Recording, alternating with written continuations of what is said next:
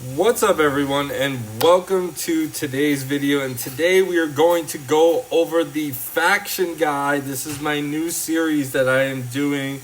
Going to try to aim for it once a week, and we are going to do the Baratheons today. One of my favorite factions in the game. It is super deep. You could play them many ways. For free-to-play players, low spenders, and whales, you could all enjoy the Baratheons. Let's start off and talk about their faction bonus. First of all, they have one of the best faction bonuses in the game. For 3 to 5 members, you will get increased gem damage on the board, which is super fun and relevant with guys like Davos with Seeker gems doing even more damage on top of that for that. So let's start off with essential characters in the team. We'll go over them. There's many different ways to build the Baratheons. They have some of the best leads in the game. And the first build that I'm going to go over is I'm going to talk about, let's go over the characters first. First of all, we can't talk about the Baratheons if we don't talk about Brienne. Brienne has pretty much a meta build, one of the best leads in the game. Her kit is so amazing, and with iconic gear coming out, she's going to get even better. So basically, when an ally has their shield broken, she's going to grant that ally and a random ally a shield equal to 10% current HP and scouts the assailant for 3 turns. Then, when someone shielded is hit with a special, she's going to strike the enemy, have 100% chance to destroy a power-up, and 75% chance to destroy up to 2 gems. Now, why is this relevant? You could build Brienne with the regular Baratheons. You could build her in a shield team with Benjen. You just need a buff creator like 1/1 or Marjorie to create the shields every turn for Benjen, and then you will just unleash hell. You could also build her with the Boltons with a character like Walder, who has the taunt to start, and you could build a nasty bleed team that keeps on pumping out shields.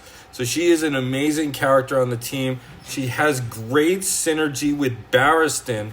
Barristan has an ability that when an enemy becomes scouted, or when an ally drops below 50% health, he grants 3 random allies a shield equal to 10% of his current HP. So when someone has a shield broken with Brienne lead, she scouts and creates more shields.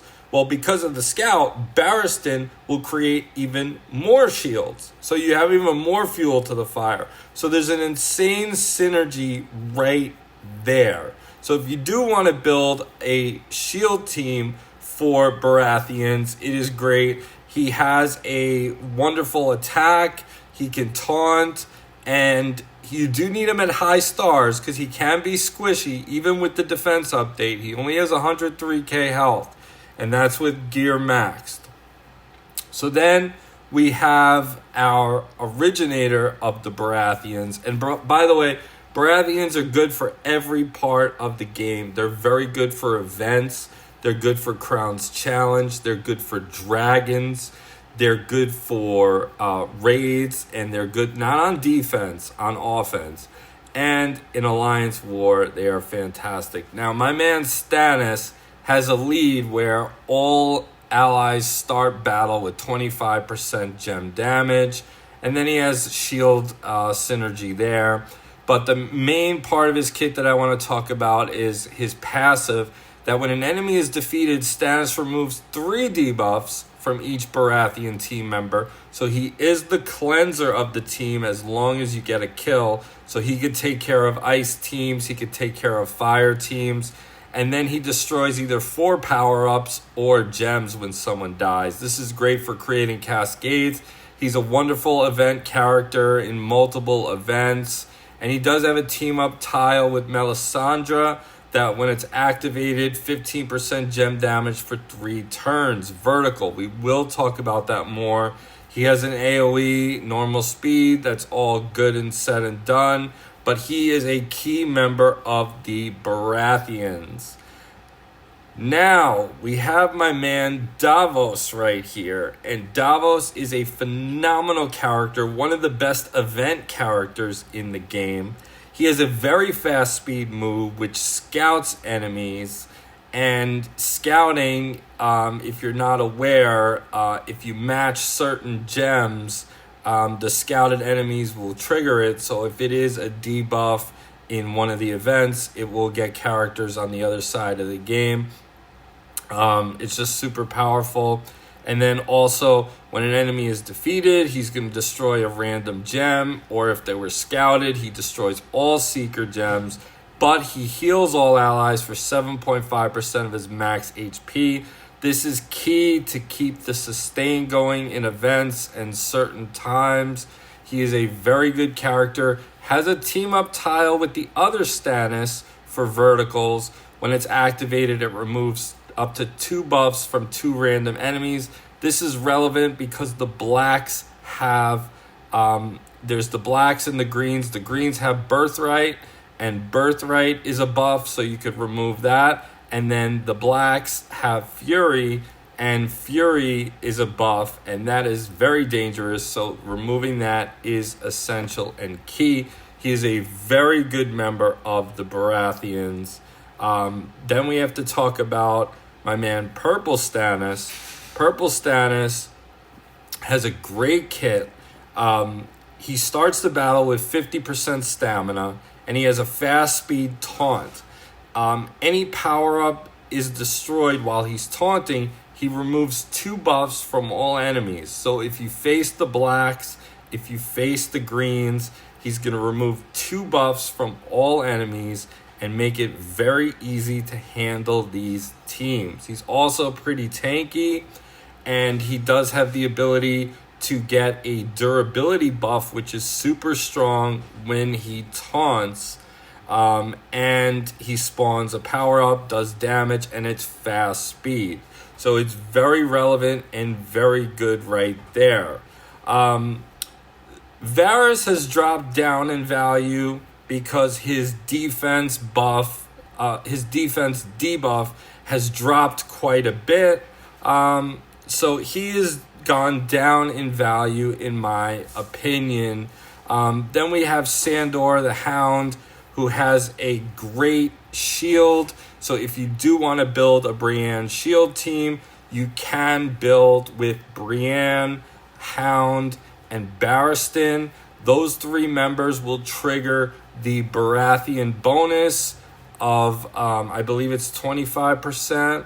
25% gem damage for those 3 characters. You could use a character like Benjen and Marjorie, or Benjen and 1-1, and all of a sudden you have a super solid team. He does a shield of max HP at a very fast speed.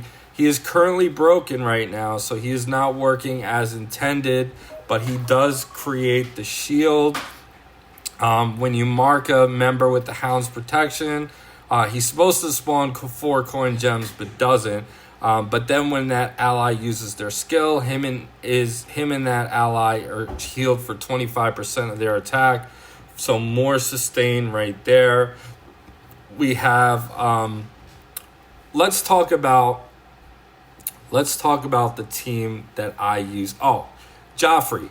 Joffrey's another character. This team has so many good leads, it's not even funny. Joffrey's lead is perfect for Battle of Blackwater and also for Battle of the Bastards. When an enemy drops below 50% health, he's going to spawn 2 coin gems and destroy 3 random gems. This is going to create cascades and gain stamina, which is great. And he does do a pretty strong attack move, which destroys blue gems as well. So he's a very solid lead and character. And so that's for event teams, what you want to have. Gendry is an awesome character. This is a team you could build with Gendry if you are interested. So I'm going to talk about the teams you could build. You could build teams with Joffrey lead.